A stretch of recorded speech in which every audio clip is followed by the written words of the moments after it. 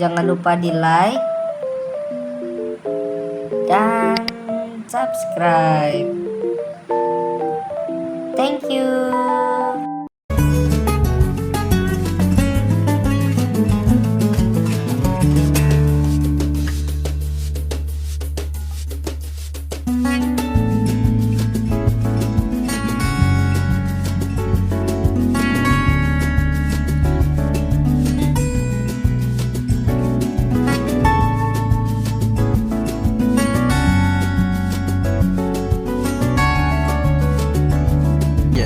Tapi tunggu dulu, emang kenapa mau dipindahin? Emang udah separah apa Jakarta dan gimana cara pindahinnya? Bukan karena ada cacing besar Alaska, tapi karena Jakarta emang udah terlalu banyak nanggung beban dari mulai penduduknya yang paling padat, polusi yang makin bikin sesek, dan tentu aja soal macet yang entah kapan bisa selesai. Belum lagi soal ekonomi Jakarta yang jomplang sama daerah lainnya karena pendapatan Jakarta itu ternyata setara kayak pendapatan seluruh provinsi di Pulau Sumatera. Dan gak cuma itu, kita udah tahu juga kalau Jakarta tuh rawan banget bencana, dari mulai langganan banjir tiap musim sampai ancaman gempa bumi besar dari pergerakan lempengan di selatan Pulau Jawa. Pas kalau udah dipilih nanti, mungkin bakal ada monas-monas baru di sana dan mobil pejabat nggak perlu lagi nyalin sirine di tengah kemacetan supaya bisa jalan duluan. Tapi sebenarnya, mindahin ibu kota negara itu bukan hal yang baru. Banyak negara yang bisa dibilang berhasil misahin kantor presiden dan segala urusan pemerintahannya dari pusat bisnisnya. Misalnya kayak Amerika, Australia, Kanada, Brazil, atau bahkan sampai India. Tapi kalau ngebayangin pindahannya bakal mudah, justru kebalikannya. Bayangin ada puluhan gedung pemerintahan sekaligus orang-orangnya yang juga mesti dipindahin. Belum lagi fasilitas publik dan transportasi umum yang mesti dibangun lagi semua. Jadi kalau dihitung, mindahin ibu kota itu super lama dan super mahal. Kota-kota tadi butuh waktu puluhan sampai ratusan tahun sampai bisa berfungsi sampai kayak sekarang. Terus, mindahin ibu kota ke tempat baru itu butuh dana yang gak sedikit. Yang kalau diibaratin setara kayak bikin dan nerbangin 15 teleskop di luar angkasa.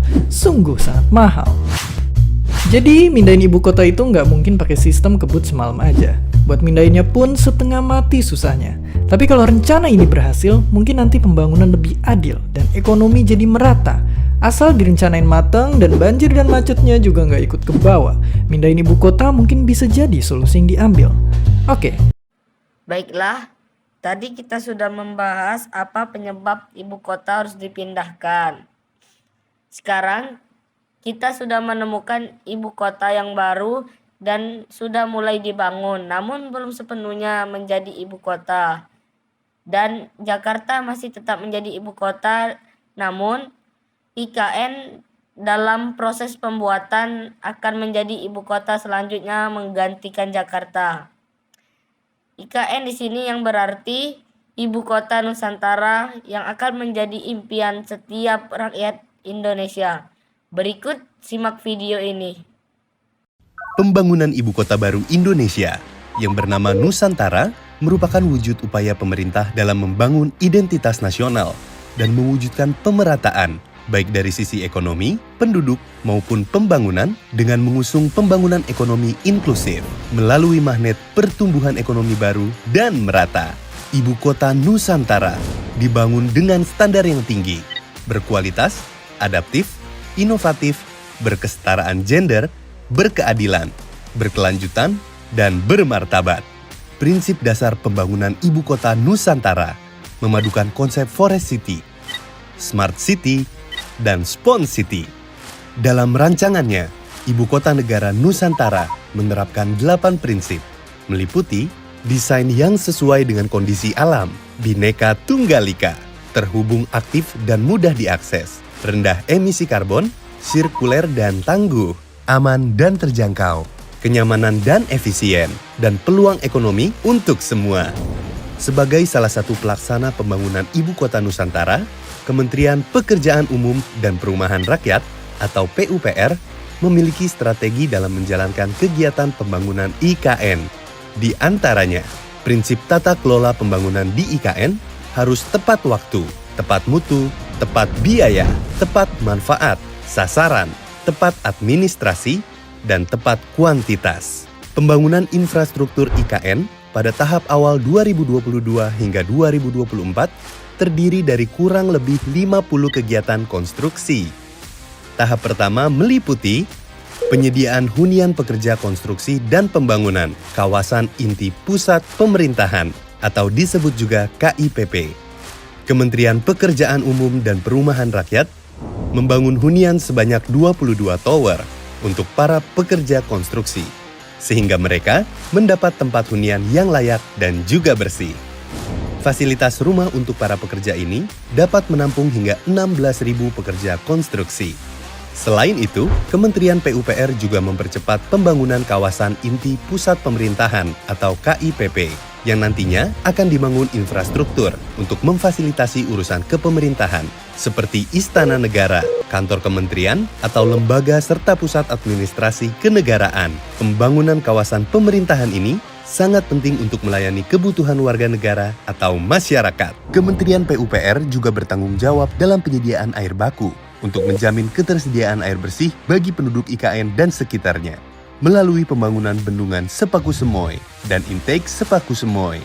Fungsi dari pembangunan bendungan ini selain untuk penyediaan air baku yang nantinya dapat diolah menjadi air minum bagi penduduk yang tinggal di IKN dan sekitarnya, juga berfungsi sebagai pengendali banjir dan tempat wisata bagi warga lokal. Selain pembangunan bendungan, infrastruktur lain yang dibangun ialah akses jalan dan jembatan. Pembangunan jalan yang dibangun meliputi jalan nasional dan jembatan, serta jalan tol. Jalan nasional yang dibangun berada pada ruas Jalan Nasional Lingkar Sepaku di Kalimantan Timur.